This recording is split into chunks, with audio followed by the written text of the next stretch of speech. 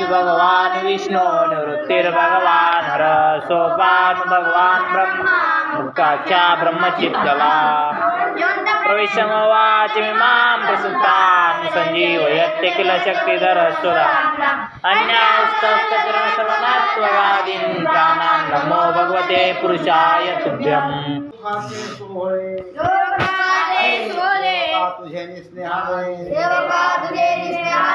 सिद्धीचे लळे पाळशी तू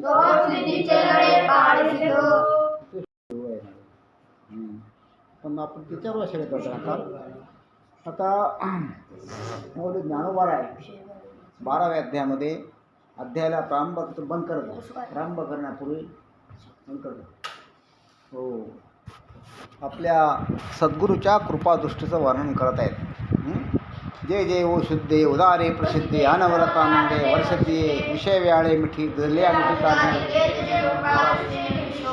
योग सुखाचे सोहळे शौका तुझ्यानी स्नेहाळे सोमसिद्धीचे लळे पाळशी तू माऊली सांगतात की हे गुरुकृपादृष्टी तुझ्यामुळे योगसुखाचे सोहळे तुझ्या शौकाला भोगायला मिळतात. आता योग शब्द जो आहे योग शब्दावर खूप बोलता येतं. सर्वसामान्यपणे व्यवहारामध्ये आपण योग शब्द वापरतो. त्याच्या लग्नाचा योग आला हो, दोन वस्तू एकत्र जुळणं म्हणजे काय त्याला योग म्हणतात. तर काय म्हणतात योगायोगाने आम्ही गेलो आणि ते जेवायला बसले, पुरणपोळ्या होत्या, काय योग आहे हो, तिथे आम्ही योग शब्द वापरतो. हो लग्नाचा योग, पुरणपोळीचा योग, अहो योगायोग काय योगायोग योग म्हणावं, तिकडून गाडी आल्याने कोण ठोकलाच गेला, बरोबर इथे योगच आहे. दोन गोष्टीचा योग जुळणं आणि गीता ही सगळं योगरूप आहे. भगवद्गीताचे 18 अध्याय कसे आहेत, प्रत्येकाला योग शब्द आहे. तर आता ते पाठ करा बरं का योग कोणत्या कोणत्या योग आहेत ते. आता योग शब्द अशा योग शब्दाचे अनेक अर्थ आहेत, दोन गोष्टी एकत्र येणे. पण इथं जो योग आहे ज्ञानेश्वर महाराज सांगायचा तो कोणता योग आहे, योगच आहे. ज्या योगाचं 16व्या अध्यायात वर्णन केलं आहे. योग प्राप्त करण्याकरता काय लागतं, जसं एखादं मंदिर प्राप्त करण्याकरता मंदिरात देवाच्या दर्शनाला जाण्याकरता आपण जशा पायऱ्या चढून जावं लागतं, तर योग प्राप्त करण्याकरता पायऱ्या आहेत. कोणत्या पायऱ्या आहेत, तर यम त्याला 8 अंग आहेत योगाची, 8 अंग. अष्टांग योगे नशिनी जे यम नेम निरोधन की जे रया यम नेम निरोधन. ज्ञानेश्वर महाराजांनी सांगितलं 8 योगाची 8 अंग आहेत.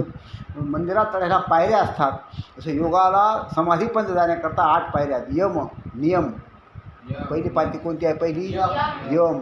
दुसरी पायरी कोणती आहे, नियम. तिसरी पायरी हो आसन, यम नियम आसन प्राणायाम प्रत्याहार धारणा ध्यान आणि समाधी.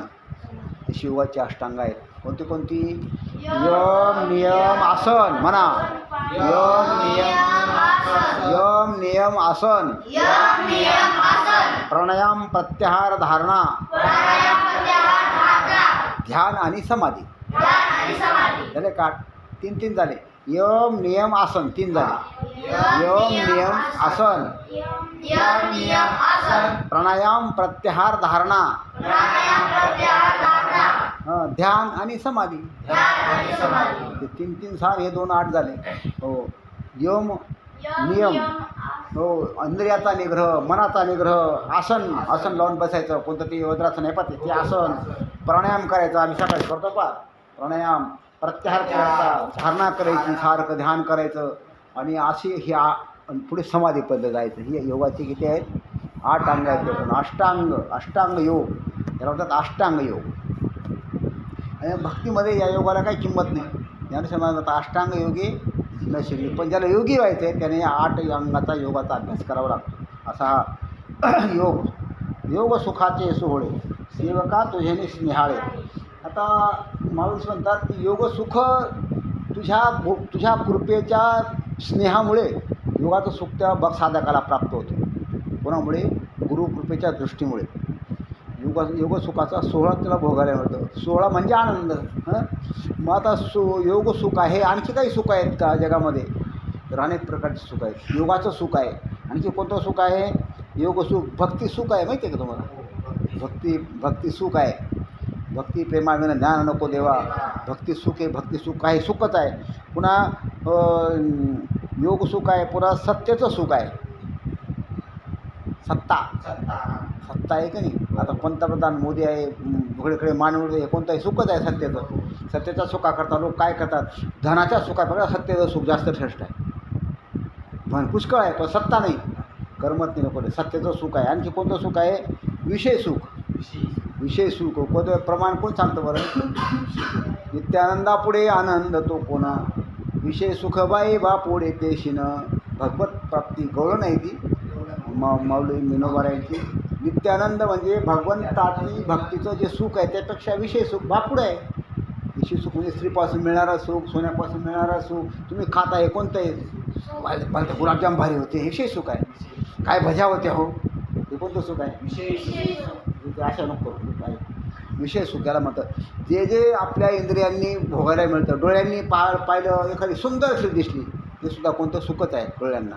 सारखं काही लोक सारखे पोच राहतात, मौली आले का, हे कोणतं सुख आहे, डोळ्याचं सुख आहे. चांगलं गाणं ऐकू वाटतं कानाला, हे कोणतं सुख आहे, कानाचं ते सुख आहे.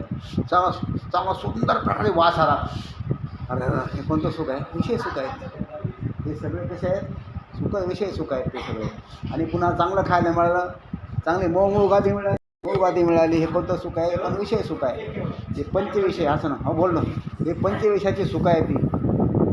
तर आता असं हे विषयाचं सुख आहे. आणखी कोणतं सुख आहे, मोक्ष सुख. मोक्ष सुख हानुलाता तुका म्हणे सत्ता निकत करू सेवेची, आहे का प्रमाण. सुखाला आम्ही लाता मारू, हो तुका मारे सांगतात. हो मोक्ष सुख आहे. किती झाले सुख आता आपलं आतापर्यंत, योगसुख, भक्तिसुख, सत्तेचं सुख, विषयाचं सुख, मोक्षाचं सुख, स्वर्ग सुख आहे. कोणतं सुख आहे, स्वर्गाचं सुख. स्वर्ग सुख हे इथं 100 यज्ञ करून स्वर्गात जातात ते सुख भोगण्याकरता. तर अप्सरा इथं अमृत प्यायला आहे, इथं अप्सरा आहे, चिंतामणीच्या सडका आहेत, कल्पतरूच्या बागा आहेत. कोणतं सुख आहे, स्वर्ग सुख. स्वर्ग सुख एक सुख आहे. आणखी कोणतं आहे, ध्यान सुख. ध्यानात सुख आहे माणसा, देवाच्या ध्यानात. ध्यान सुख भोगी ज्ञानश्रीमध्ये उये ध्यान, सारखं देवाच्या ध्यानात धारणा करायची, ते एक सुख आहे. आणि आठवं सुख आहे समाधी सुख. आणखी काही असतील मी आता चिंतन करून मांडतो तुमच्यापुढे.